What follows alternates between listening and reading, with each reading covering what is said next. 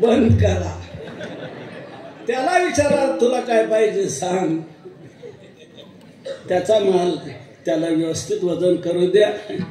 ते गिऱ्हाईक गेलं, तिसरं आलं नाही, मग काय करायचं? चालू द्या ना. रामकृष्ण हरे जय जय रामकृष्ण हरे रामकृष्ण हरे जय जय रामकृष्ण हरे जय रामकृष्ण हरे जय रामकृष्ण हरे जय जय रामकृष्ण हरे जय जय रामकृष्ण हरे जय जय रामकृष्ण हरे जय जय रामकृष्ण हरे जय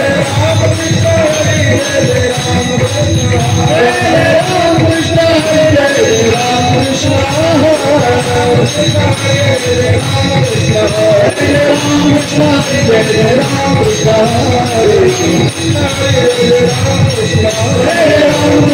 जय जय रामकृष्ण हरे जय रामकृष्ण हरे जय जय रामकृष्ण चालू द्या. वेळ सापडेल तसं, जसं वेळ मिळेल कामामध्ये काम. काही म्हणा राम राम, जाईल भवश्रम सुख होईल दुःखाचे. तेव्हा तू दुकानातही जपू शकता, ऑफिसमध्ये जपू शकता, शेतात जपू शकता. उसाला केळीला पाणी भरायचे, हाताला काम आहे, तोंडाला काम नाही. तोंडाने रामकृष्ण हरी विठ्ठल विठ्ठल म्हणायला हरकत नाही. तिथे तुम्ही जपू शकता शेतात. माता भगिनी, तुम्हालाही केव्हाही जपता येऊ शकतं, केव्हाही तुम्ही नामजप करू शकता. कुठेही तुमच्या स्वयंपाकगृहातही तुम्ही करू शकता. तिथे काय काम आहे तुम्हाला? तुमचे मुख्य दोन काम आहेत, चूल आणि मूल. ही दोन तुमचे मुख्य काम. चूल म्हणजे स्वयंपाक करणं आणि सर्व कुटुंबियांना खाऊ घालणं, हे मुख्य तुमचं एक काम. आणि त्याबरोबर दुसरं काम मुलाबाळांकडे पाहणं, त्यांचा डबा, त्यांची शाळेतली वेळ सांभाळणं, सर्व काही करणं. ही दोन मुख्य काम. हे करताना तुम्हाला नामचिंतन करता येऊ शकतं स्वयंपाकगृहामध्ये. हाताला काम आहे, तोंडाला काम नाही. हाताला काम आहे तांदूळ निवडण्याचं, हाताला काम आहे भाजी चिरण्याचं, हाताला काम आहे कणिक तिंबण्याचं, हाताला काम आहे पोळ्या लाटायचं, हाताला काम आहे भाजण्याचं. तोंडाला अजिबात काम नाही. तिथे स्वयंपाक करता स्वयंपाकगृहातही तुम्हाला करता येऊ शकतं. दोघी जावा असल्या, सासू सुना असल्या, एकीने पुढं म्हणावं, दुसरीने मागं म्हणावं स्वयंपाक करावा. म्हणजे भांडणही होणार नाही आणि स्वयंपाकही चांगला होईल.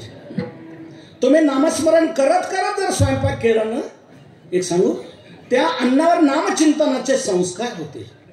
आणि नामचिंतनाचे संस्कार ज्या अन्नावर झाले, ते अन्न ज्याच्या खाण्यात येईल त्यालाही नामस्मरण करावंच. पवित्र ते अन्न. तिसरी सुलभता आहे. इतर साधनाला स्थळाची देशांतराची बंधनं आहेत, पण नामचिंतनाला न देश नियमो राजन न काल नियमस्तथा. देशाचं बंधन नाही का कालाचं बंधन नाही. नामाचे चिंतन प्रगट पसारा, असाल ते करा जेथे तेथे. जेथे असाल तेथे ते करा. तुम्ही जिथे असाल तिथे ते नामचिंतन करू शकता. देशाचं बंधन नाही. नलगती सायास जावे वनांतरा, सुखे येतो घराना. वनांतराला, देशांतराला, स्थलांतराची गरज नाही. तुम्ही तुमच्या घरात नामचिंतन करू शकता. पण उपयोग होईल का? निश्चित. भगवान येईल का? येईल. नाईलाजाने नाही, सुखे येतो घराना. सुखाने आनंदाने तो तुमच्या घराला येईल. नामचिंतन जिथे आहे तिथे तो येतोच. निजल्याने गाता उभा नारायण. निजल्या करा, तो उभा राहील. तुम्ही बसून करायला लागले तर तो डोलायला लागेल. तुम्ही उभं राहून नामचिंतन करायला लागले तर तो नाचायला लागेल. तुम्ही रस्त्याने चालता नामचिंतन करू लागला तर तो तुमच्या मागे राहील, पुढे राहील. मार्गी चालता मुखी नामवाणी, उभा चक्रपाणी मागे पुढे. आणि नसेल तर उडी घाली. तुका म्हणे याला कीर्तनाची गोडी, प्रेमी घाली उडी नामासाठी. नाम जिथे आहे तिथे भगवान आहे. म्हणून आपण जिथे असू तिथे नामचिंतन करू शकता. ही तिसरी सुलभता. आणि ती चौथी सुलभता, कसाही जपा. कसाही जपा. विठ्ठल विठ्ठल म्हणा, ना आलं तर विठ्ठल विठ्ठल म्हणा. इठल इठल म्हटलं तरी चालेल, नाहीतर विठाई केठाई म्हटलं तरी चालेल. पुल्लिंगाचं स्त्रीलिंग झालं तरी काय हरकत नाही. रंगा ये वो ये विठाई किठाई माझे कृष्णाई कान्हाई, येईल तैसा बोल रामकृष्ण. नाही तयाविन भुकेला विठ्ठल, येईल तैसा बोल रामकृष्ण. तुम्हाला जसं म्हणता येईल तसं म्हणा, राम म्हणा नाही तर मरा म्हणा. मरा हा काय मंत्र आहे का? मरा हे काय नाम आहे का? नाही. पण मरा मरा म्हणून उपयोग झालाय की नाही? वाला पडायला त्याला राम म्हणता येत नव्हतं. राम मुखामध्ये येण्यासाठी अनंत जन्माचं पुण्य लागतंय. राम हा उच्चार तरीच वैसे वाचे, अनंत जन्माचे होईल पुण्य. अनंत जन्माचं पुण्य असेल तर नाम मुखामध्ये येतं, नाहीतर येत नाही. त्याच्या मुखात राम येईना. अल्ल्याला नारद म्हणतात राम म्हण, त्याला राम म्हणताय ना मरा. नारद म्हणतायत मराचा तुझा अभ्यास आहे, कारण काढतो की नाही तर मरा देऊ का ठेवू. मरा मरा येते तुझ्या तोंडात, काय हरकत नाही, चांगलं आहे. मरा येते तोंडात चांगलं आहे. मराच्या उलट काय होतंय राम. तू मरा मुरा मरा मरा असं सातत्याने जोडून म्हणत राहा. मरा मरा मरा मरा मरा मराम होऊन जाईल. मराचं उलट राम होऊन जाईल. आनंद रामायणात म्हटले मरेति जप सर्वदा, मरा इति सर्वदा जप. तुझ्या तोंडात मरा येत आहे ना, हरकत नाही, मरा मरा म्हणत राहा, त्याचं पुढे राम होऊन जाईल. मारा मारा येही मंत्र उनके अंतर भेदा, वाल्हा था तो वाल्मिक हुआ जब भेटी भई नारदा. मारा मारा म्हणत राहिला, त्याचं सर्व पाप गेलं. वाल्याचा वाल्मिक ऋषी झाला, जगातला आद्य कवी झाला. त्याने जसं रामायण लिहिलं तसं रामाला वागावं लागलं. इतका निर्दोष. म्हणून कसंही जपा, ही चौथी सुलभता. म्हणून विठ्ठल विठ्ठल मंत्र सोपा.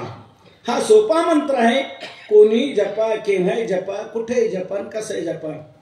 बरं जपला, उपयोग काय पाहिजे ना.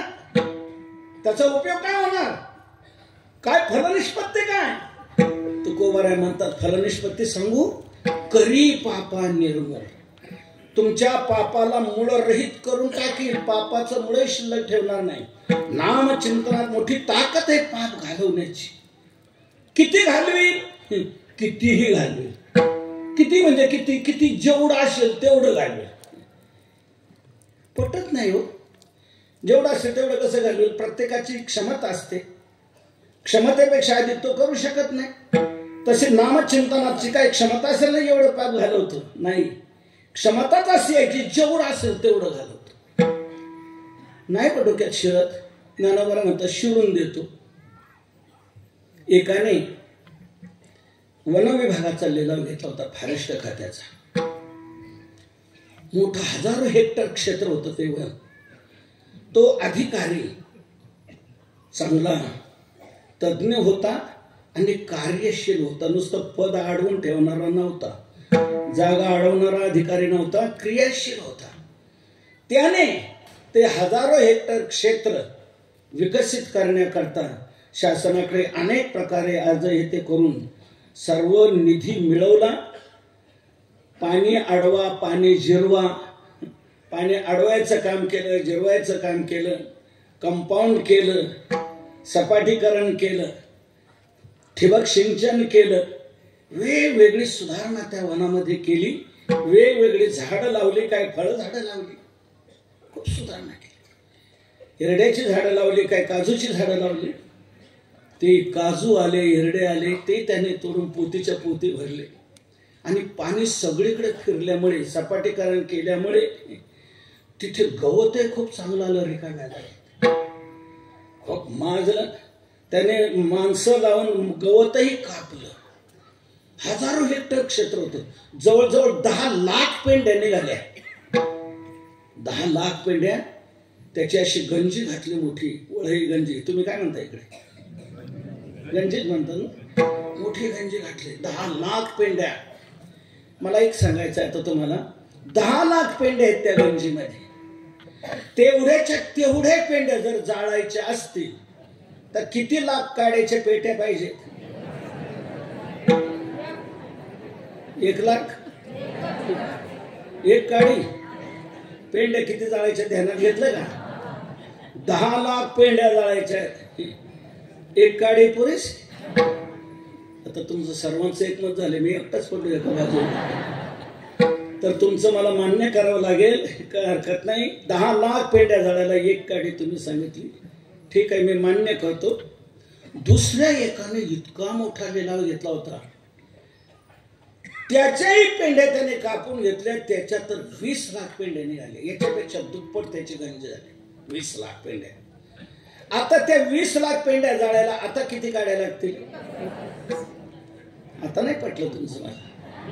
मगाशी सांगितलं तर मी मान्य केलं. 10 लाख पेंड्या जाळायला एक काडी. आता त्रैराशिक मांडा ना तुम्ही. 10 लाख पेंड्या जाळायला जर एक काडी, तर 20 लाख पेंड्या जाळायला 2 नकोत का? एकच. 40 लाख पेंड्या जाळायला, 80 लाख पेंड्या जाळायला, 1 कोटी पेंड्या जाळायला, 5 कोटी पेंड्या जाळायला, 10 कोटी पेंड्या जाळायला. याचा अर्थ काय झाला? पेंड्यांची संख्या कितीही वाढू द्या, किती वाढू द्या, काड्यांची संख्या वाढवण्याची गरज नाही. एका काडीत ताकदच एवढी आहे, तुमच्या जेवढ्या पेंड्या असतील तेवढे जाळण्याची. तसं तुमचं पाप किती असू द्या, एका नामचिंतनात ती ताकद आहे. तुमचं जेवढं पाप असेल तेवढं जळून भस्मसात करा. जळतील पापे